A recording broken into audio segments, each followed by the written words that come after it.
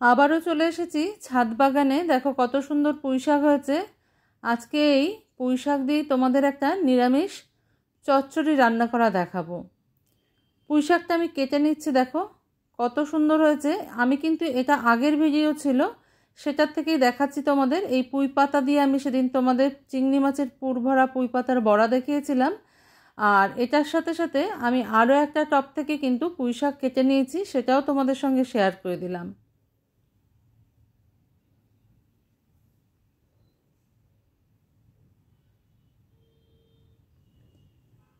পুঁইশাকটা এইভাবে কেটে নিলে কি হয়, গোড়াটা থাকলে আবার ওটার থেকে কিন্তু নতুন করে পুঁইশাক বেরোয়। এবার অন্য আরেকটা টব থেকেও দেখো আমি পুঁইশাকটা কেটে নেব।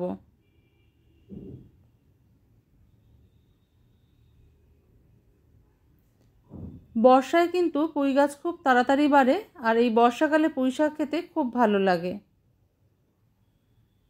তো আরেকটা টব থেকেও আমি দেখো পুঁইশাক কেটে নিলাম। অনেকটা হয়ে গেছে, আরও পুঁইশাক রয়েছে।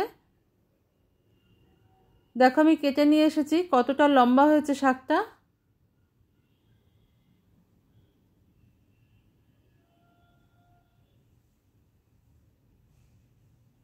পুঁইশাকটাকে আমি কেটে এবার গুছিয়ে নেব। প্রথমে কেটে নেব, তারপরে ধুয়ে নেব। পাতাগুলো আলাদা করে নেব, আর ডাঁটাটা আলাদা করে আমি কেটে নেব। ডাঁটার সঙ্গে নিয়ে নিয়েছি কুমড়ো আর আলু। তোমরা চাইলে একটু বেগুনও দিতে পারো। আমি এই দিয়ে আজকে চচ্চড়িটা রান্না করব। নিয়ে নিয়েছি এখানে 5 ফোড়ন, মৌরি, মেথি, রাঁধুনি, জিরা আর কালো জিরা, শুকনো লঙ্কা, তেজপাতা। কড়াইতে সর্ষের তেল গরম করে নেব। রান্নাটা আমি অবশ্যই সর্ষের তেলে করব, সেই জন্য আমি সর্ষের তেল দিয়ে দিলাম, আর সর্ষের তেলটা গরম করে নেব। তেলটা ভালো করে গরম করে নিয়ে আমি এর মধ্যে ফোড়নটা দিয়ে দেব।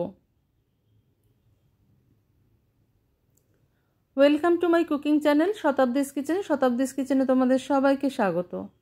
নমস্কার বন্ধুরা, আমি শতাব্দী। তোমরা সবাই কেমন আছো? আশা করি সবাই ভালো আছো, সবাই সুস্থ আছো। আজকে সম্পূর্ণ নিরামিষ পুঁইশাকের এই 5 ফোড়ন দিয়ে চচ্চড়িটা কীরকম লাগে খেতে অবশ্যই কমেন্ট বক্সে কমেন্ট করে জানাতে কিন্তু ভুলবে না।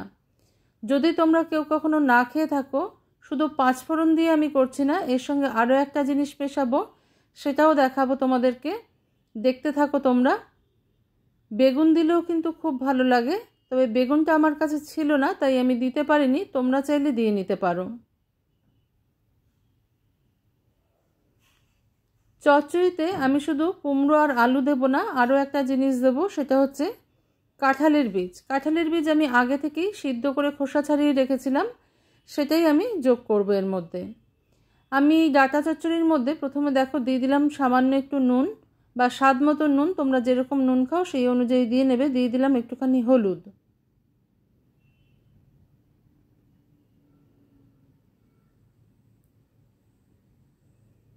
এবার দিয়ে দেবো স্বাদ মতন একটু চিনি। চিনিটা অপশনাল, কেউ যদি পছন্দ করো দেবে, না পছন্দ করো দিতে হবে না।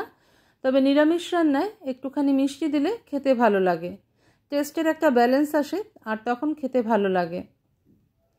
আর যেহেতু শাক পাতা একটুখানি খাট জাতীয় হয়, সেই জন্য একটুখানি চিনির ব্যবহার করলে ভালো লাগে। তবে যাদের সুগার আছে বা ডায়াবেটিস আছে, তারা কিন্তু এটা অ্যাভয়েড করতে পারো। এবার সামান্য একটু জল দিয়ে আমি ডাঁটা, আলু, কুমড়োটাকে একটুখানি সিদ্ধ করে নেব।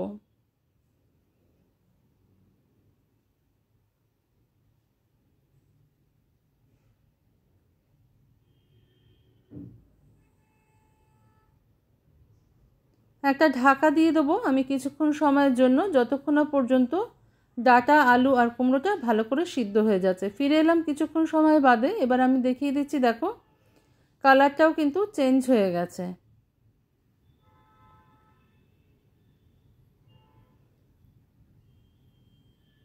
আলুটাও সিদ্ধ হয়ে গেছে, কুমড়োটাও সিদ্ধ হয়ে গেছে, আর ডাঁটাটা খুব কচি, তো তাই ডাঁটাটা আগেই সিদ্ধ হয়ে গেছে। এবার আমি সিদ্ধ করে রাখা কাঁঠালের বীজটা দিয়ে দিলাম।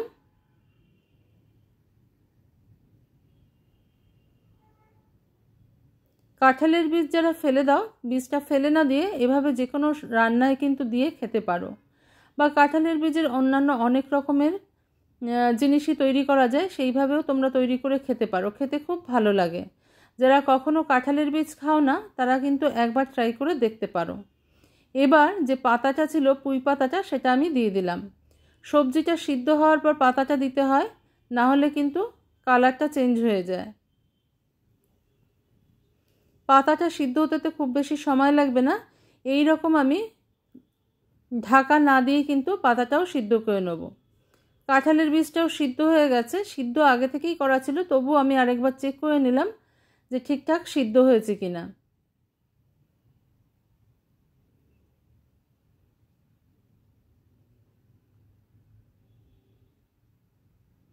কিছুক্ষণ এরকম কিন্তু আমাদের নাড়িয়ে নিতে হবে। এবার আমি একটা মশলার পেস্ট তৈরি করে নেব, যেটা দিলে কিন্তু এই পুঁই শাকের স্বাদ অনেক গুণ বেড়ে যায়। এখানে রয়েছে রাঁধুনি, সর্ষে আর গোটা জিরে।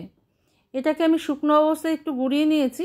এবার এটাকে কাঁচা লঙ্কা দিয়ে আমি একটু জল দিয়ে পেস্ট তৈরি করে নেব। এই রাঁধুনি, সর্ষে আর জিরে বাটা দিয়ে যদি কেউ কখনো পুঁই শাক এইরকম নিরামিষ রান্নার দিনে না খেয়ে থাকো, একবার অবশ্যই করে দেখবে, খেতে কিন্তু অসাধারণ হয়। এবার আমি এই পেস্টটা যোগ করে দিলাম। দেখো, সামান্য একটু জল গ্রাইন্ডিং জারটা ধুয়ে দেব।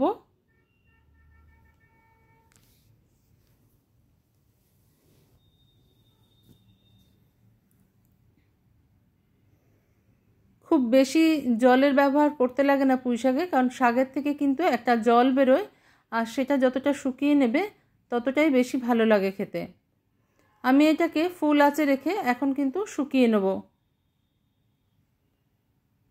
এইভাবে ফুল আঁচে রেখে কিছুক্ষণ সময় আমি রান্না করে নিয়েছি। রান্নাটা আমার হয়ে গেছে। আজকের রেসিপিটা ভালো লাগলে লাইক, শেয়ার, কমেন্ট, সাবস্ক্রাইব করার অনুরোধ রইল তোমাদের কাছে। আজকে তাহলে এই পর্যন্তই বন্ধুরা, দেখা হচ্ছে পরের দিন অন্য কোনো রেসিপি নিয়ে তোমাদের সঙ্গে। তোমরা সবাই ভালো থেকো, সুস্থ থেকো।